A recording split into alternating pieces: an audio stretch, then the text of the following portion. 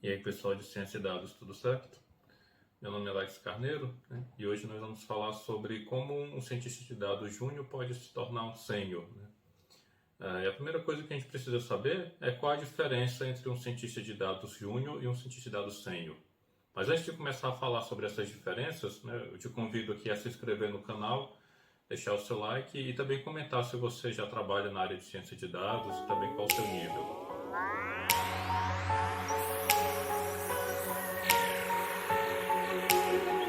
Então, um cientista de dados júnior, ele, né, em relação ao sênior, tem algumas diferenças bem evidentes. A primeira delas é o salário, né? No meio da empresa também vai haver as diferentes responsabilidades. Normalmente o sênior vai conduzir o júnior, definindo ali suas tarefas, suas atribuições, como os testes vão ser conduzidos, como os modelos vão ser treinados, como os dados vão ser preparados para o treinamento desses modelos e assim por diante. Então, qual a diferença nesse caso, né, entre o júnior e o sênior, considerando as suas atribuições, né? A capacidade de tutoria, de condução de profissionais menos experientes é uma dessas diferenças. Mas se o profissional vai trabalhar de forma independente, né, com autonomia, capaz de tomar suas próprias decisões e executá-las, o que é que vai diferenciar de fato um júnior de um sênior, né? Então, a primeira coisa que a gente pode pensar são as ferramentas. Será que conhecer mais ferramentas vai me tornar sênior, né?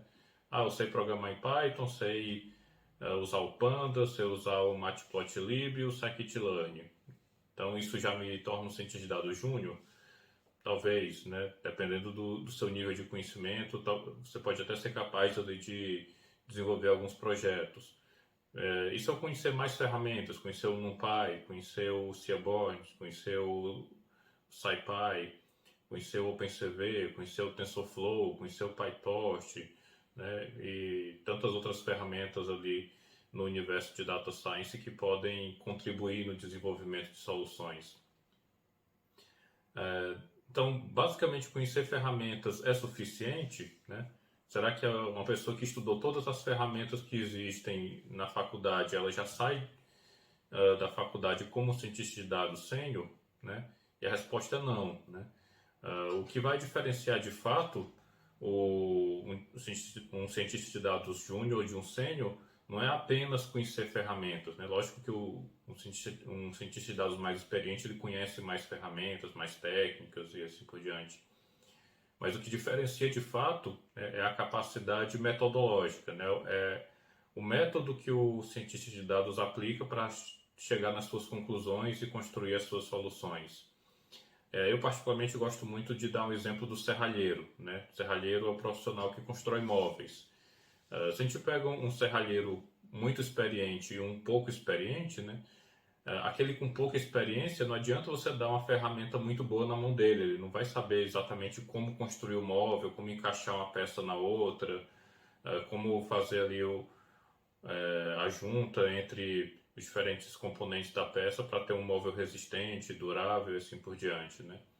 Por outro lado, um serralheiro experiente, talvez até com as ferramentas mais simples, ele consiga construir móveis muito bons, né? Móveis resistentes, duráveis, bonitos, funcionais, que atendem de fato a necessidade dos clientes, né? E no caso da ciência de dados é algo parecido. Mesmo que o cientista de dados ele tenha poucas ferramentas à disposição, se ele tem bons métodos, se ele tem uma boa capacidade metodológica, ele consegue usar essas poucas ferramentas, essas poucas técnicas e construir soluções confiáveis. Então, conhecer as ferramentas é importante de fato, mas o fundamental, o mais importante, né, aquilo que vai de fato tornar suas soluções confiáveis é a sua capacidade metodológica. É como você usa essas ferramentas, como você coleta seus dados, como você prepara seus dados, como você elabora uma estratégia de treinamento, como você avalia seus modelos, como você escolhe as métricas de avaliação dos seus modelos, né? Como você testa para de fato confiar nessas métricas e naquelas avaliações que você fez, né? Será que essas avaliações que você fez de fato estão refletindo a realidade? Né? Tudo isso faz parte da metodologia. E essa capacidade metodológica é o que vai te tornar um cientista de dados de fato sênior, experiente e bem-sucedido nesse mercado. E como que a gente desenvolve então essas capacidades metodológicas, né? Se é tão importante assim desenvolver essa metodologia, né? Como que a gente evolui nessa metodologia? Então, uma coisa que a gente precisa fazer para evoluir a metodologia é ganhar experiência prática, né? Experiência empírica, quer dizer, você precisa se expor aos desafios e, de preferência, tendo ali um suporte de um profissional mais experiente, né? Se você quiser maiores informações sobre como ter esse tipo de suporte, eu vou deixar um formulário aqui na descrição do vídeo também para te ajudar. Mas se você deseja de fato evoluir nessa experiência, né, ganhar essa capacidade de metodologia, a única forma, ou pelo menos a melhor delas, é você de fato construir projetos autorais, né, projetos em que você definiu ali o seu objetivo, você analisou, ou você mesmo coletou os dados e identificou os problemas, identificou formas de melhorar a coleta dos dados, o preparo dos dados, as análises em cima dos dados para posterior treinamento dos modelos e assim por diante, né? Então, para você evoluir nesse processo, a forma científica, na metodologia científica, orienta você a procurar as perguntas corretas, né? E depois você tenta responder essas perguntas para cada projeto. E aqui eu tenho alguns exemplos de perguntas que são bem interessantes para serem feitas nesse processo de evolução metodológica, né? Durante os seus estudos, os seus projetos, né? E onde você está de fato evoluindo a sua capacidade de metodologia. Então, uma delas é como garantir que a minha solução é confiável, né? Eu cheguei ali no modelo, por exemplo, de classificação, e eu quero saber se de fato esse modelo, né, vamos supor que ele tem uma acurácia de 95%. Será que essa acurácia é confiável? Será que essa acurácia vai refletir de fato a realidade, né, quando aquele modelo estiver sendo usado ali por outras pessoas? Essa é uma pergunta que vai permitir que de fato o seu cliente confie na sua solução, né? Você consegue trazer evidências concretas que garantem a confiabilidade do seu modelo, né? Então você está evoluindo metodologicamente e também rumo ali à senioridade. Outra coisa, né? Antes de definir de fato as formas ali de garantir essa confiabilidade, é você definir quais requisitos o seu modelo precisa atender ou quais requisitos a sua solução precisa atender. É necessário ali atender algum requisito de velocidade, de performance, de escalabilidade, tempo de resposta, né, no caso da velocidade. Então, tudo isso também vai fazer parte das especificidades do seu projeto, né? Se você está trabalhando com um projeto em tempo real, de visão computacional, algo interativo, algo com Big Data que vai precisar de escalabilidade. Então, tudo isso são requisitos que eventualmente o seu projeto vai precisar cumprir, né? Uma vez então que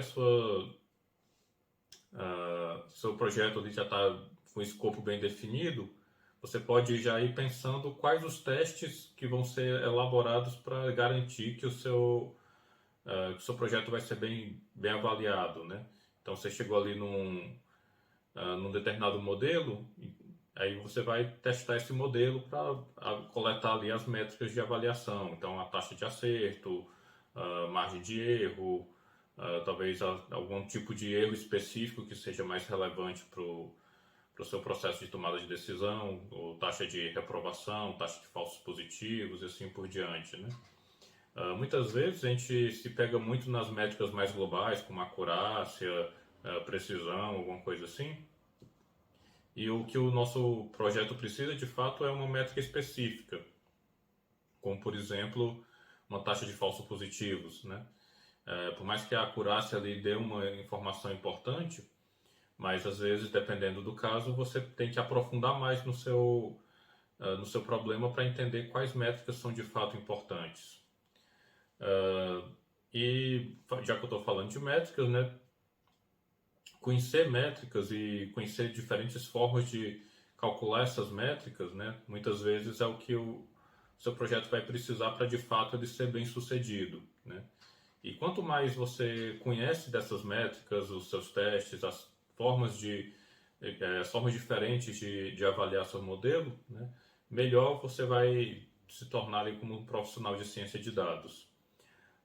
Mas definir ali todos esses exemplos, né, são conteúdos para vídeos futuros. Então, se você deseja aprender mais sobre essas métricas de avaliação, novas técnicas de avaliação, né, te recomendo a ver os vídeos anteriores aqui do canal e também deixar seu comentário, né, que tipo de desafio você já passou e como a gente pode tentar resolver isso junto.